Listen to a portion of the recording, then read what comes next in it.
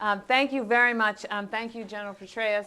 General Petraeus is one of our board members. We're very proud that you are here, and we thank you for that. We also thank Rick Davis, our board chair, who's here. And I was remiss in not thanking the McCain Institute team, led by our Chief Operating Officer, Michael Svetlik, Amy Grapponi, who runs our comms team.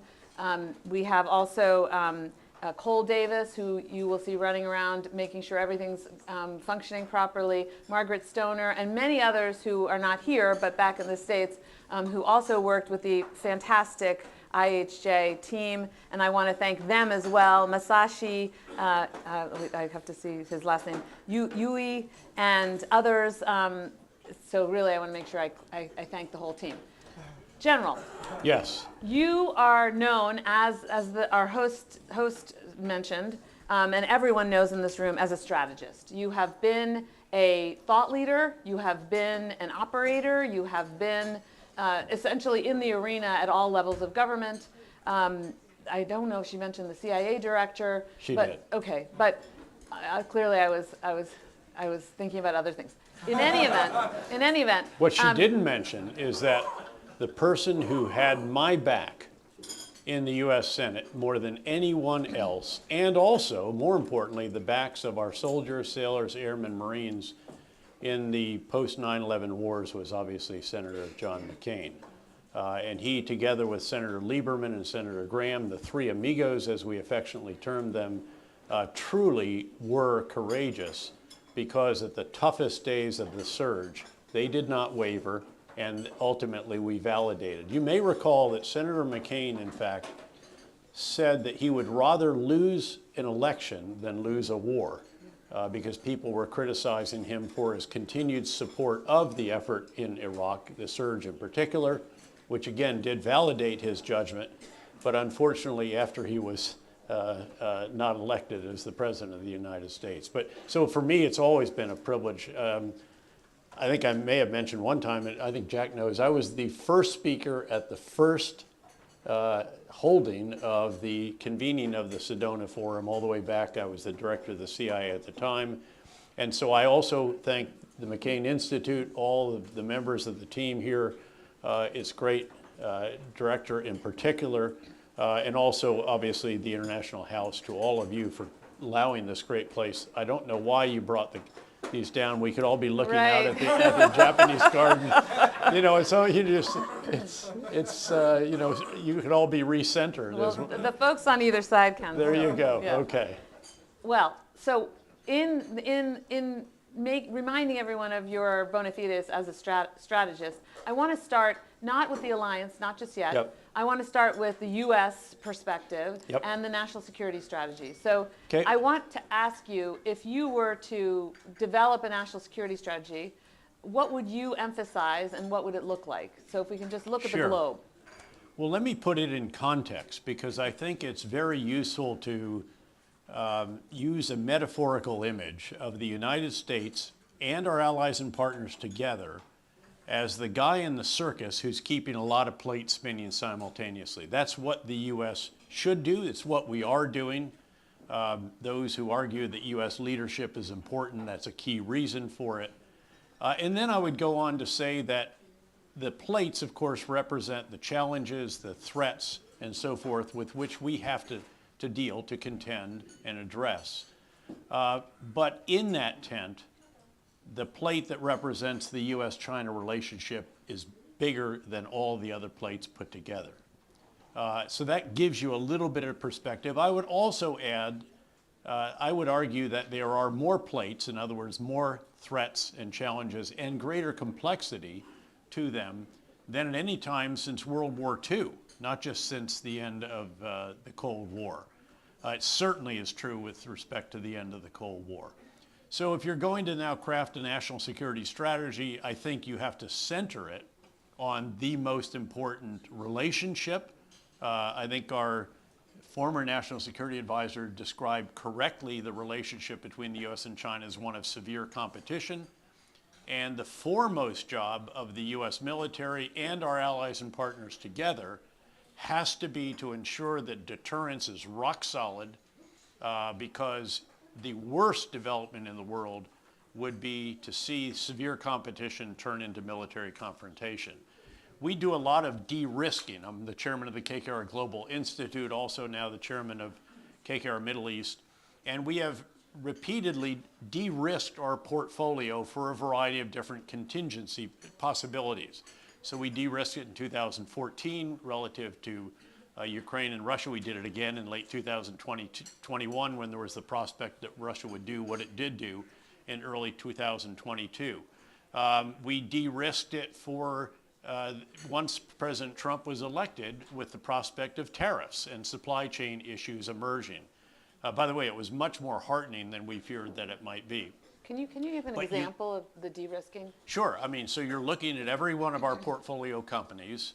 What would happen to them if there are tariffs, and you make some assumptions about tariffs on certain countries that could then result in China doing what it did do. How dependent are we in supply chains on what China sells to those companies in particular?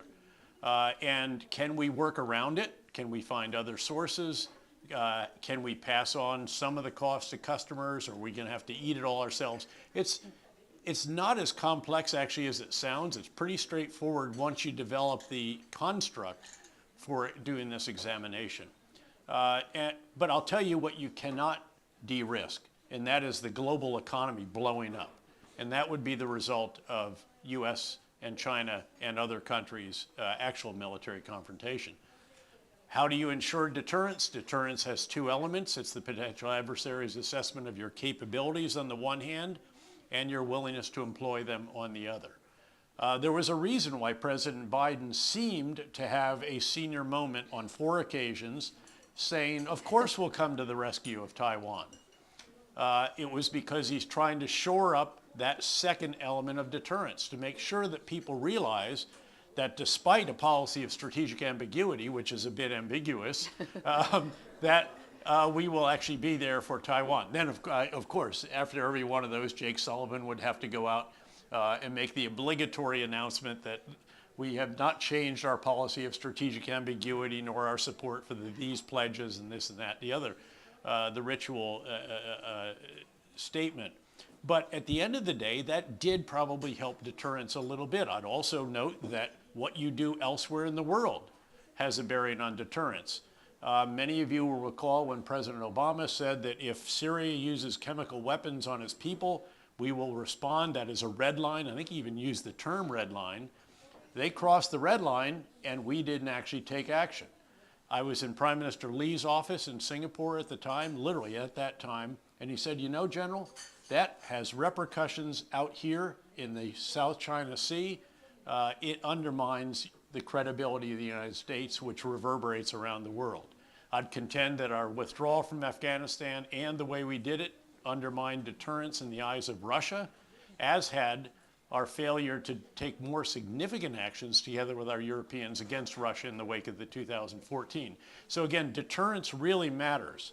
The area of deterrence that I am a bit concerned about is that we may not be we are not really transforming our forces rapidly enough based on lessons in Ukraine. And I take very much the point that was made about the weather in Taiwan. Certainly it's a maritime and air theater, not a ground theater. There's a lot of differences between Ukraine and the Taiwan Strait. Nonetheless, to operationalize what you got the actual Indo-Pacific commander to say on the record, which I was hoping he was going to say, by the way, because I'd met him privately and said, you know, if you don't talk about the hellscape, it doesn't contribute to deterrence because the enemy doesn't know about it.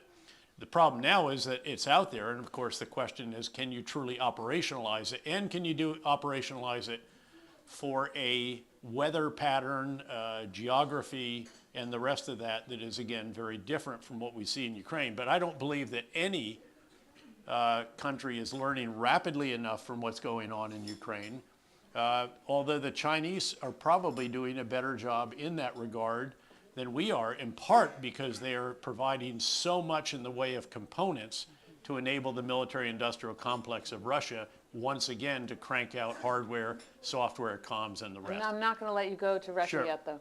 So, Stick to so China. but so again, where does your national security start? starts with the most important. And to be fair, this national security, although you get there after you go through homeland security, defense, and then hemispheric security, but you get to the most important task, deterrence of China, is in that national security, where I do have issues, and I've long had them with the Undersecretary of Defense for Policy, Bridge Colby, is that there is a disregard for Ukraine and a feeling that everything should go into the Indo-Pacific. And my argument is that if you don't help Ukraine at a time of its need, together with our European partners who are very much stepping up more fully, but if you don't do that, once again, you would undermine deterrence, because they're not going to believe that you're going to come to the rescue of Taiwan if you didn't do that for Ukraine as well. It all has to be relative. You have to obviously have priorities. The Indo-Pacific is the priority. I felt that even to a degree, having been a creature of the Middle East for something like 10 of my final 12 years in government service, and I felt that the use of the term pivot was a terrible choice, because it implies that you're pivoting away from the Middle East. You're just leaving them. We weren't. We were rebalancing to Asia, still have a footprint that's adequate in the Middle East. In fact, very briefly, and I'll end on this one, on this question, we used to have 3 what were called Central Command truths. So the 3 CENTCOM truths were, in the Middle East, you really need to know who your enemies are and who your friends are, and don't confuse them, which we have done at various times. Number 2 is to recognize that Las Vegas rules do not apply in the Middle East. What happens there doesn't stay there. It tends to spew violence, extremism, and a tsunami of refugees, not just into neighboring countries, but often all the way into our NATO, most important NATO allies. And that happened, particularly with the Syrian civil war, and it really transformed politics in Europe in ways that have been unhelpful, frankly. The rise of the alt-right, the very hardline right-wing parties in Europe. And then number 3, the third CENTCOM truth, is to recognize that trying to leave the Middle East is like Michael Corleone trying to leave the mafia. You just keep getting sucked back in. So you might as well recognize that you need a sufficient footprint and stop trying to work at the edges, leave that there, augment it when you need it, but you need that also to reassure very important allies and partners in that region as well. So before we go to the Middle East or Russia, I want to drill down a little bit on Asia Pacific. Of course. I'm old-fashioned, so I just call it Asia Pacific. But clearly we have a problem right now with reestablishing balance of power, and because international law and international institutions have waned in terms of their impact, we're waking up, but we were relying on them, we're waking up to this reality. I mean, were we truly relying on international law to ensure deterrence against China, No, but we often fool ourselves to think that we are, and then when the balance of power shifts, we don't know what to do, because well, I shouldn't say everyone, but many leaders will rely on the crutch of international law and institutions. So now we need to... The U.S. has long had a tradition of not always following that particular approach, shall we say. Yes, yes. Don't ever let that constrain you. Yes, yes. But, back in the 20s and 30s, we did have that history, so maybe my mind is really going back in time. But today, we really need to look at the balance of power, and again, how do we deter specifically China and North Korea? Yep. And we'll leave Russia off the table momentarily unless you want to talk about it within the context of Japan. But what can we do, not with regard to the signaling, which you already covered, but on the hardware, software, training, et cetera side? Well, first let's set Korea aside. Okay. I think North Korea is deterred. They're proud to have, they're starving their people to have some nuclear weapons. That certainly deters the Republic of Korea if that was ever a concern from the North Korean side. But I don't see them doing something against South Korea. I mean, they carry out these performative strikes. In fact, one of the times I was in Tokyo a number of years ago, it went right over Japan. And that got people's attention. But in general, I think that's solid. And the fact that we are maintaining the 28,000, and interestingly, remember people were talking about Congress gets a vote, and it has not been voting to the extent that it did in the past in terms of constraining executive branch power. But it did on the issue of Korea. It said you cannot draw down below 28,000, which is what we have there now, without certain actions that you have to take.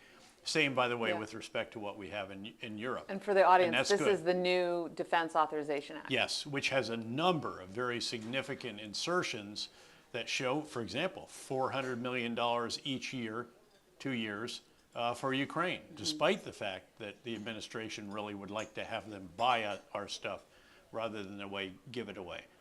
When it comes to deterrence of China, the real issue here is, again, we need to refine the concepts. And to be fair, I believe that the Indo-PACOM commander has done this, but you then need to translate that into actual requirements that the military services in the U.S., because that's where the money goes. Keep in mind, the money doesn't go to the Secretary of Defense. He gets his own pot for his own Office of Secretary of Defense activities. That's where DARPA is. This is where a variety of other elements are. But the big bucks are going directly to the departments of Army, Navy, Air Force. Navy is Marines, Air Force now is also Space Force, and also, frankly, to Special Operations Command, which is a service for that purpose, and the same to a degree with Cyber Command.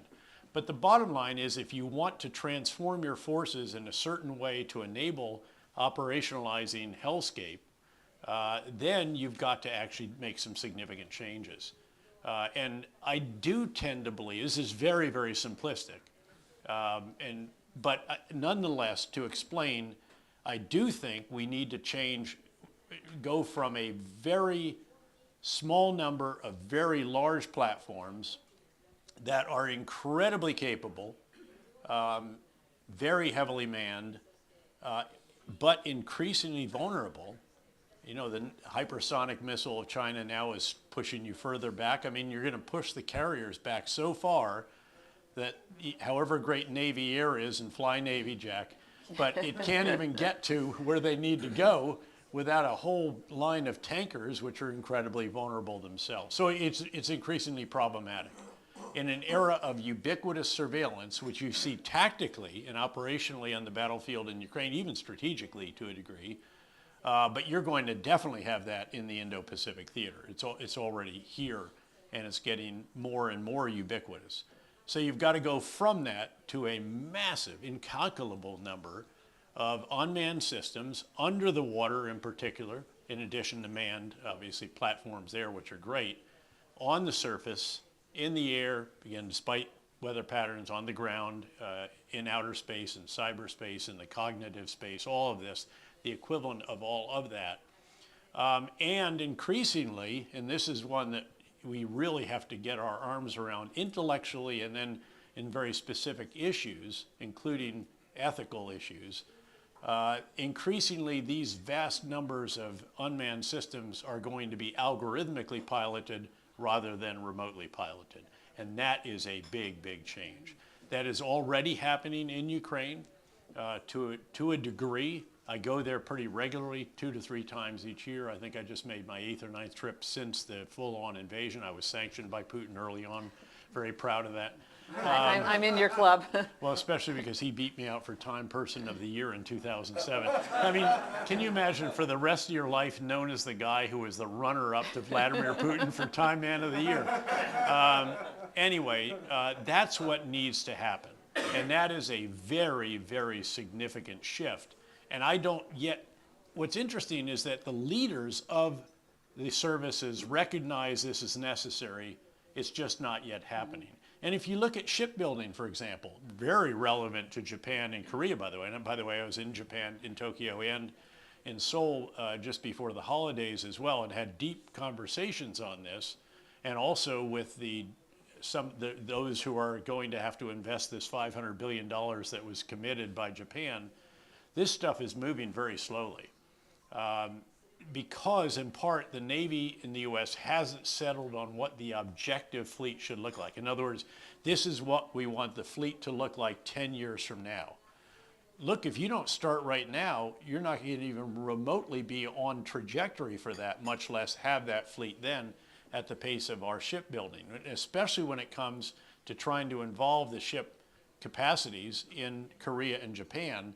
What you need to do is just say, okay, I don't know exactly how many frigates or whatever, but we're going to need at least one of them. Let's get Korea helping us build that, and then sort out, do we do the hull here and the rest in the Philadelphia shipyard, which, by the way, is a Korean, at least partly owned.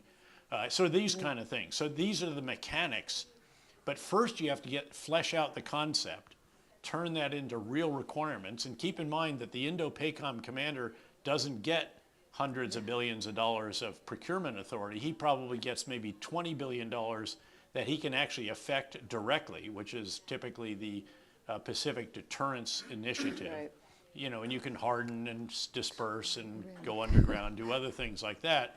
But again, he can't force. He's the father of the certain, Pacific Deterrence Initiative. well, it's a great one. No, I mean, it was very, very significant, and it's very helpful. Andy Shriver, for those who can't see. But again, it's $15 to $20 billion, not $900 billion, which is what's really at play here, or even more than that this year. A subset of which obviously is procurement. So again, that has to be driven. And I would submit, by the way, that it is only in the Indo-Pacific theater where the imperative for transformation, for forced transformation, is urgent. We can do what we need to do virtually everywhere else in the world, as we did in Venezuela, right. as we've done, in supporting Ukraine, not actually on that battlefield. We're not equipped to do that. And we can talk about what they're doing perhaps in a moment. Yeah. But again, elsewhere we can get away with what it is we have. Middle East, what we have is fine. F-35s are fantastic. B-2 bombers, B-1s, you name it. Aircraft carriers can survive. That's not the case, I don't think, in the future in the Indo-Pacific, unless they're pushed so far out that they find it hard actually to bring their combat power to bear. So it does make it an urgent situation, especially in light of the 2027 deadline Yes. and President Xi's own mortality. So let's, even though we could spend more time on Asia and China in particular. Let me just end it, though, by saying that what our objective should be to ensure that every single day as the sun comes up in Beijing and President Xi gets up and he's looking himself in the mirror and he's thinking, he looks wistfully out toward his southeast, east-southeast, and he pats himself on the back and says, I dealt with the Uyghurs in Xinjiang. We solved Tibet. We crushed the democracy movement in Hong Kong. We have the security law. All these others. There's one bucket list item left, and obviously that is reunification. And what we need him to conclude is, okay, but not today. Not today. And you just keep stringing together, not today, not today, not today, until perhaps he's gone, or the desire to reunify that's so intense is modified a bit, and there's a recognition by perhaps future leadership that perhaps we want to figure out another mechanism for how we all get along together. Yeah. I mean, we did hear earlier today that President Xi regards Japan as weak, the United States as probably a paper tiger. However, President Trump has shown that he is capable of using force in ways that are not predictable, so that might make him also stay his hand. Unpredictability prior to a crisis Right. helps to deter. Yeah. Because if you think that the other guy just might do something unexpected, you're a little more cautious. This is the apocryphal story, actually. I was told that was definitely not true, but the story was, the mythology, was that Henry Kissinger went to Moscow and he told whoever the leader was at that time, look, Nixon's under a lot of pressure. He's drinking a bit more at night. Don't push him over the edge. And so the problem is if you get into Although that was actually true at one point. Well, if you get into a crisis, Yeah. whether you got there usually it's going to be you end up in a crisis, and then you don't want the other side to think that you could be a bit irrational, because they will be irrational before you can. Right. So let's go to Russia, Ukraine. You, as you just said, and I was remiss because we have another board member, Rick Shangra, here, who also he runs Santana, but he was instrumental in helping my predecessor, once removed, set up an American university in Kyiv, which you, General, are also actively involved in. Very supportive of it. I support a scholarship for a child of a fallen patriot. Yeah, every which is year wonderful. of a fallen Ukrainian patriot. So you have also, high credibility when it comes to looking at that scenario, the Russia-Ukraine scenario. Yep. Can you just give us, your perspective on it Yeah. today and likely Sure. future outcome? Yep. Because it's a little bit different, I think, than perhaps the accepted assessment right now. I actually think that Ukraine and its Western supporters are in a unique situation right now where if you take a few additional actions in addition to what's already been taken, that you could actually get Vladimir Putin concluding that he needs a cessation of hostilities more than does Ukraine. So what would this mean? Well, first, it's sort of two buckets. One is to improve Ukraine's ability to halt the Russians on the front lines, and the other is to do better against what Russia is sending into Ukraine on a nightly basis. And it's getting bigger numbers, more effective drones, big missiles, and the rest of that. And that's an area where they have a weakness. They can make just about everything else. In fact, they are now making a better cruise missile, the Flamingo, which they basically took a bunch of very large number of leftover Soviet bombs that they still had in their arsenal. They put on a cruise missile with a guidance system, and it goes 2,000 miles, 3,000 kilometers, 2,000 miles, which is far greater than the vaunted Tomahawk, which is usually a maritime launched, although there is you can jury-rig a ground launch system. So they have a better cruise missile by far than we do, much greater range, and also a bigger warhead. But the key here is to enable them to produce more drones. They're producing 3.5 million drones per year already. Consider that. They are using 9,000 drones per day, give or take, depending on the activity on the battlefield. About 40% of those don't come back. About a third of them, 30% or so, are actual suicide drones. Once they launch them, they're going to go into a target and not come back, and then others get shot down. Even the surveillance drones are actually out over the battlefield, which is the most lethal no man's land in military history. On a daily basis, again, you can survive for about 15 missions roughly before it gets shot down or jammed or brought down. So you enable them to produce more. Well, the EU finally agreed on a very substantial package of financial assistance, $105 billion equivalent for Ukraine. That solves their fiscal and economic problems for the next 2 years, and it will enable them to very substantially increase the number of drones that they're making. And most of these now are indigenously produced in Ukraine, very cheap, but also very effective. Very hard, I think, for Western companies to compete with Ukraine in this area. They also have the best intelligence, surveillance, reconnaissance, common operational picture, I believe, in the world, far better than the one we've spent billions on in the United States. And the designer of it, who's an American who went there, he had sold his 3 companies, he was basically skiing in Aspen and was bored. And so when the war started, he said, I'm going to go over and help him solve a problem. He met some guys in a cellar somewhere down around Mykolaiv. They said, we're trying to do this, this, and this. That has evolved into this spectacular command control communications and, again, common operational picture. So it shortens the kill chain. It's just spectacular what they're actually doing. He's got 100 or 200 software engineers from a country with lots of IT talent doing that.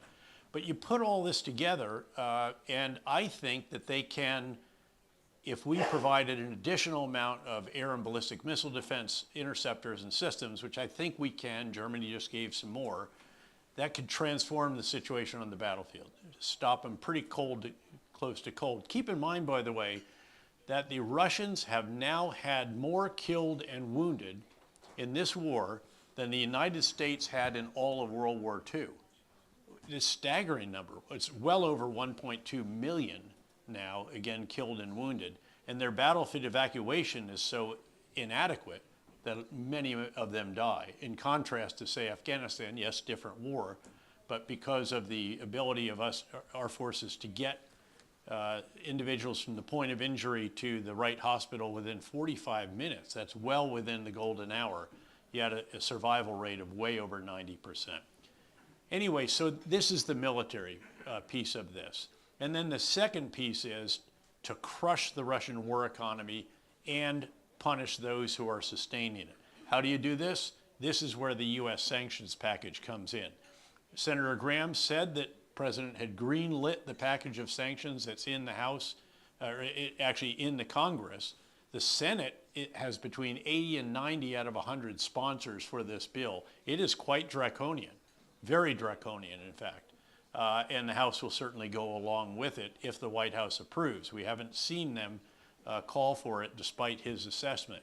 But that would be huge because the EU has just done its 19th round of sanctions, and this really will put the pressure on Russia. And then you have to go after those who are buying the gas and oil, ensure that they're only buying it at the level that is approved, and that keeps going down to deprive Russia of the very substantial resources. You have to realize that Russia is about to run out of money in its National Welfare Fund, which it's been diverting to the military-industrial congressional complex. Actually, the military-industrial congressional is our complex. That was a John McCainism, by the way. And that was not a term of endearment. Yeah. This is a pejorative term, as he used it, because they all have not vested like earmarks. interest. And anyway, then the second thing we have to do is go after China, which is providing the vast, vast majority of the components, the magnets, the rare earths, all of this that is required for the military-industrial complex, noting that prior to their support for Russia, Russia was going to such measures as buying massive numbers of refrigerators and then taking them apart for the chips and the other devices and so forth that were in them. So this is a huge help by China. They're very, very embedded in this, and they have said publicly that they do not want Russia to lose. So we're going to have to take that on as well. But that, I think, you do all of that, and this is not fanciful now. The EU is really struggling.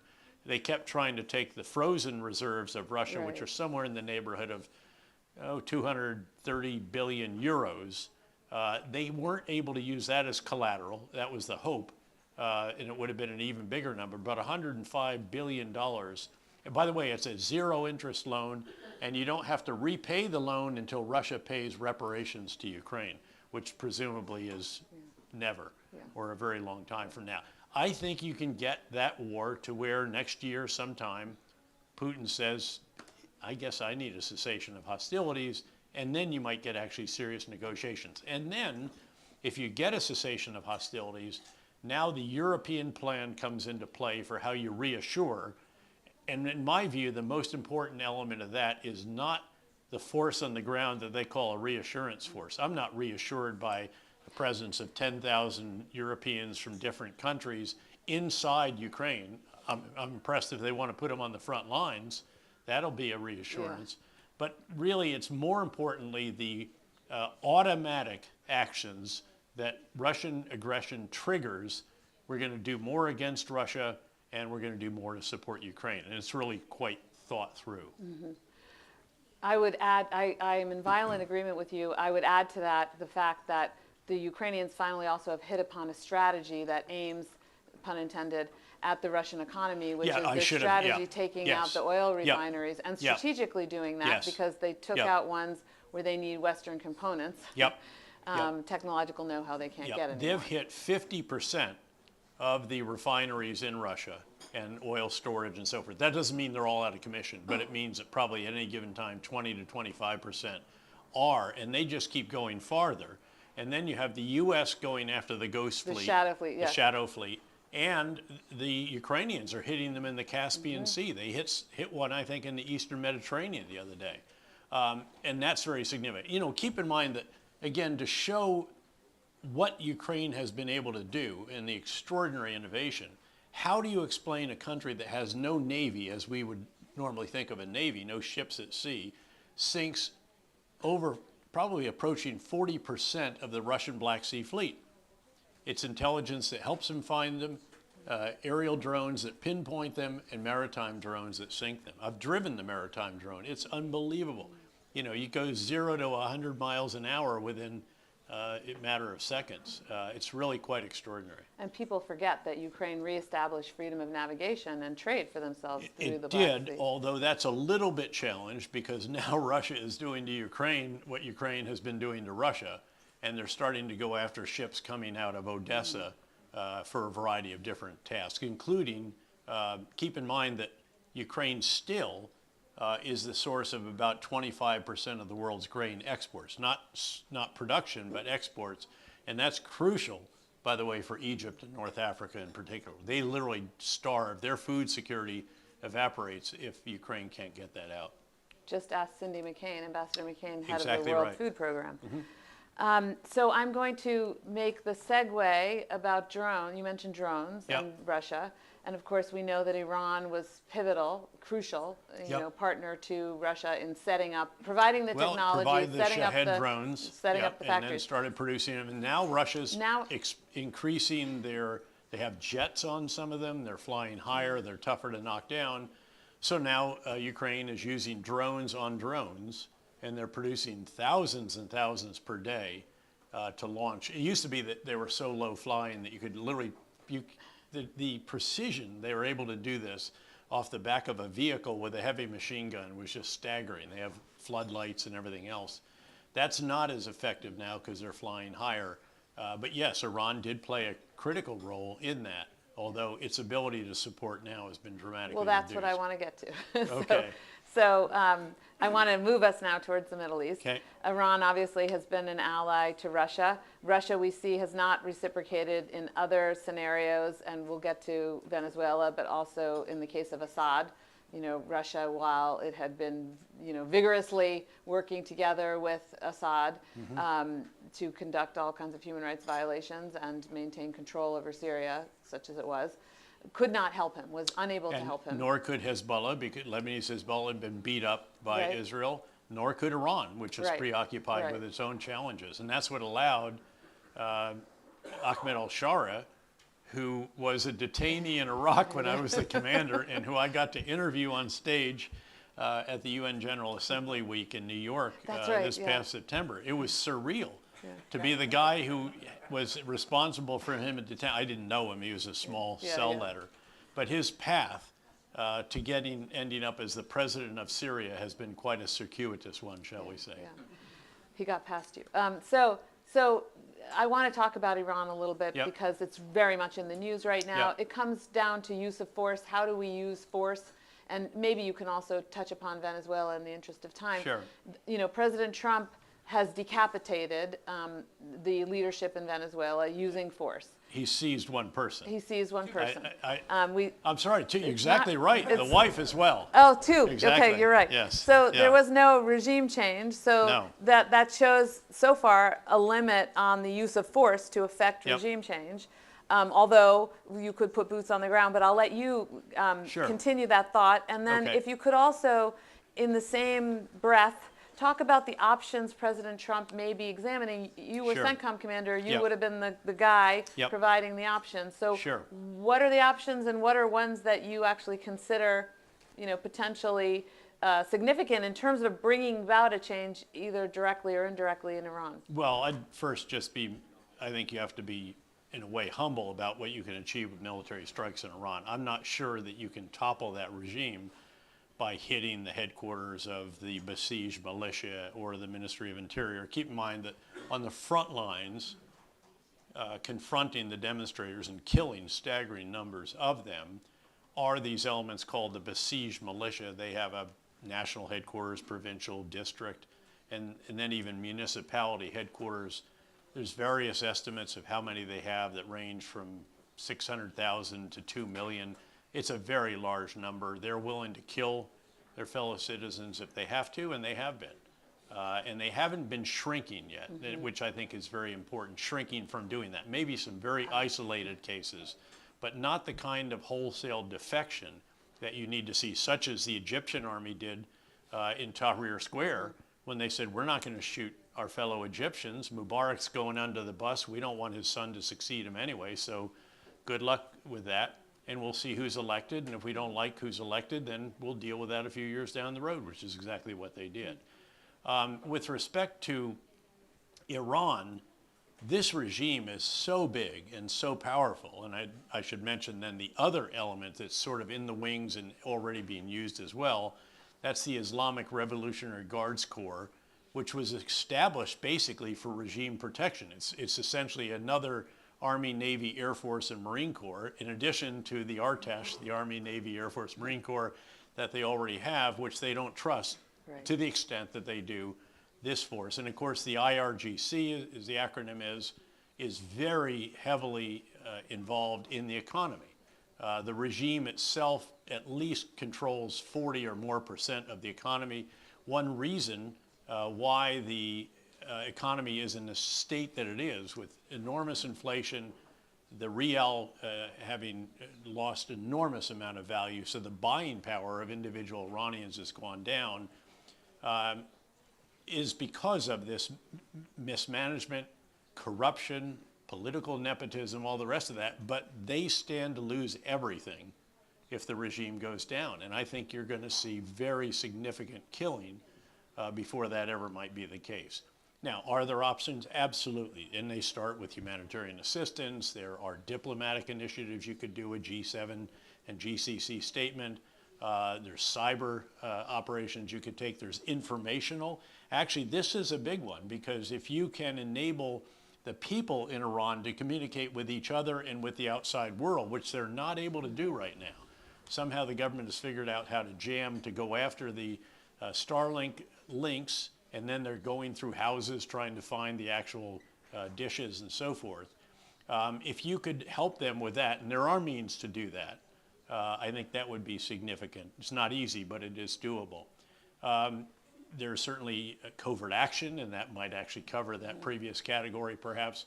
But then you get to military, and again, you can hit headquarters. You could go, I'd love to see us go after the missile stocks that they have, because that's a real threat in the region. And keep in mind that for all of the extraordinary sophistication of the Israeli air ballistic missile, layered ballistic missile defense, Iron Dome, David Sling, Arrow 1, Arrow 2, Patriot in the theater, even the THAAD, Theater High Altitude Area Defense. We shot $1.2 or $1.3 billion worth of those interceptors just in 12 days, helping to protect Israel. And of course, we had then the Aegis systems on our ships, and all the GCC country systems tied into that as well. Those missiles matter. They're trying to reconstitute it. You will have heard Prime Minister Netanyahu got President Trump in his visit in the Oval Office to say, yep, we'll take them down if they try to rebuild it. So I'd like to see that taken down just for general purposes. I'm one who believes that, by the way, that Iran is defenseless at this point against air attack. Their supposedly sophisticated Russian S-300 air and ballistic missile defense system was wiped out by Israel using the F-35s they got from the United States very skillfully. They've even taken down most of the air defense batteries beyond that. So if you stay 10,000 feet roughly, that's sort of heavy machine gun range, then you're pretty much invulnerable.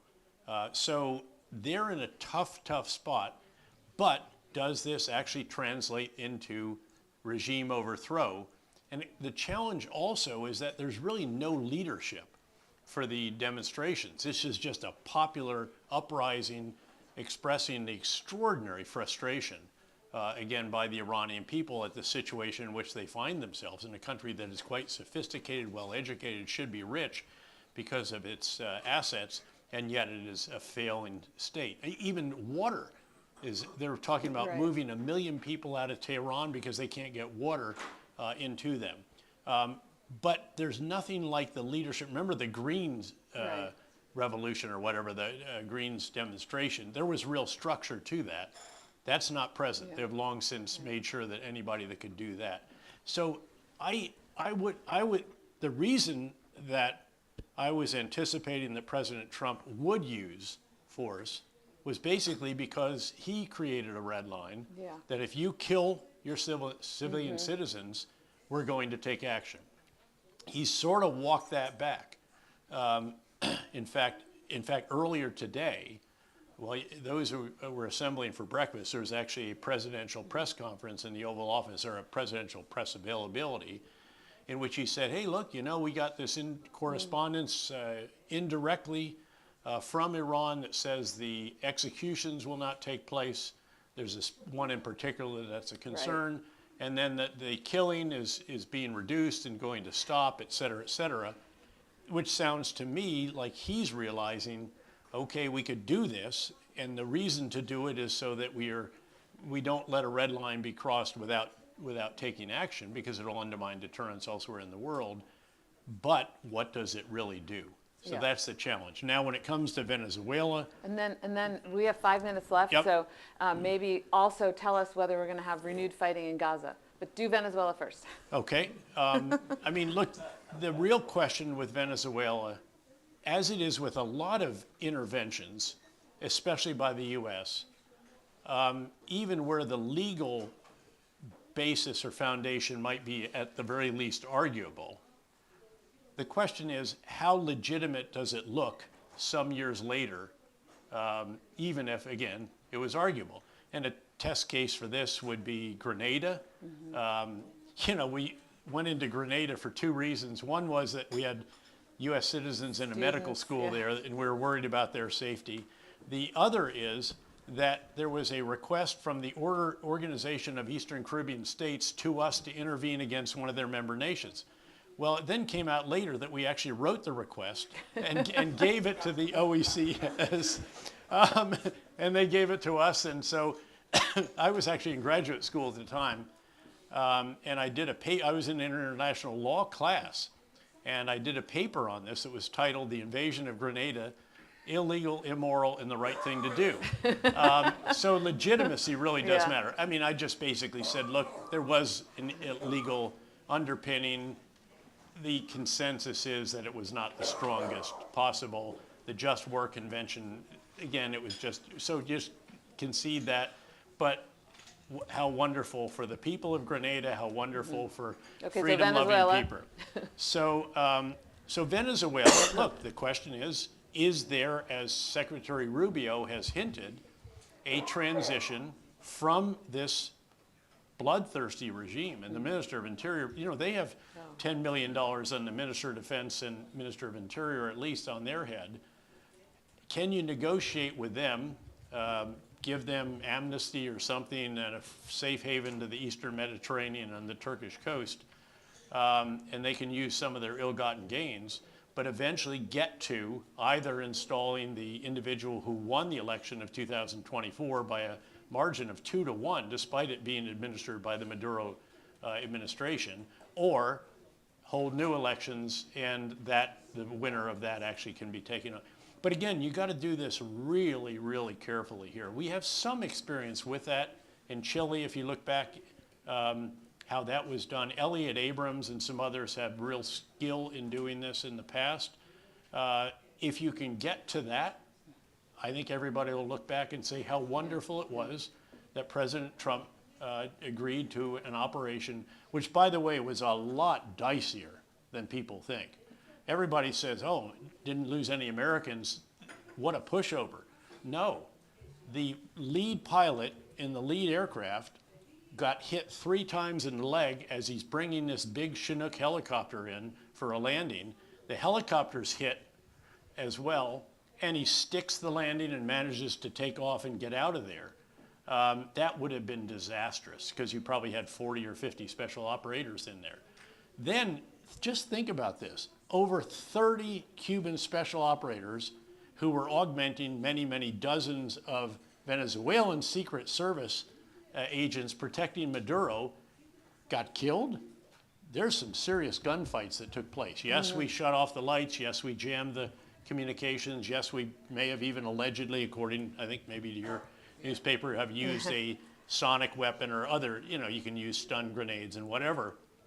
But look, that means there was some serious action here. This was not what we had in the raid to bring Osama bin Laden to justice. Finally, Gaza. The challenge has always been in Gaza, and I'm going there next week, as a matter of fact, going to Israel, and I'll go in there. The challenge has always been that although they were brilliant against Hezbollah, including the best intelligence supply chain operation in history, which prevented them from being able to launch the kind of overwhelming attack with the 100,000 plus missiles and rockets they had. Brilliant against Iran. I mean, who could conduct 12 intense days of air operations and not even lose a plane for maintenance? Really extraordinary. And then the U.S. Involvement in the last day, masterful as well. Part of the plan we developed in our Central Command to take out the nuclear program. And I believe it's set back a couple of years at least. Could be a stockpile here or that, but if that exists, we'll find it, and it's not going to last very long.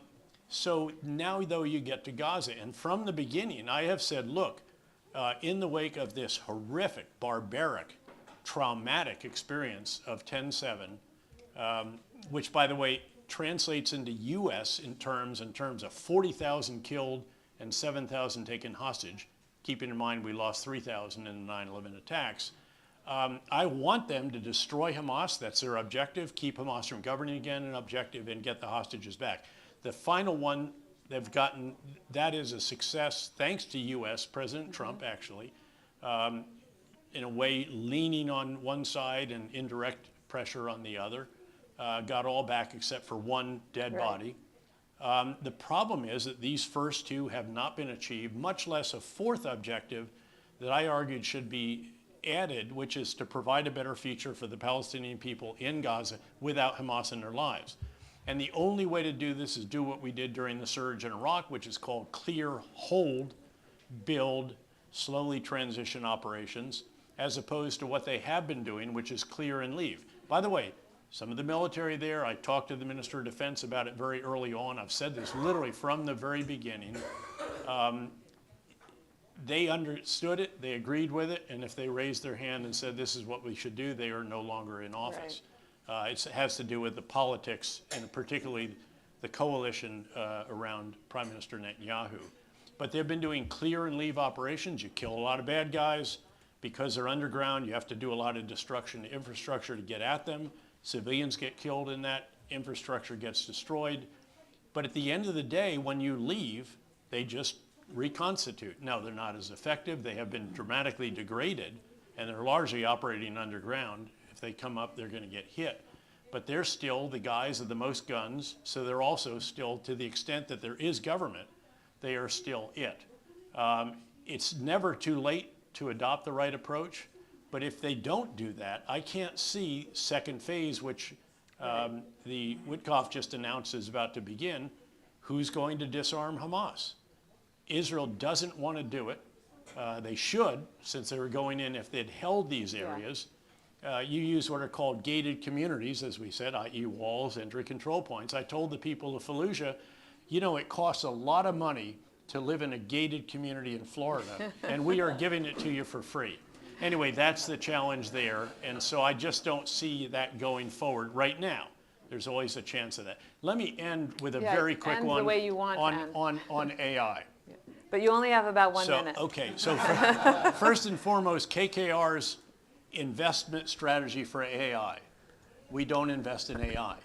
We invest in data centers, chips, energy generation management and transmission and cooling systems.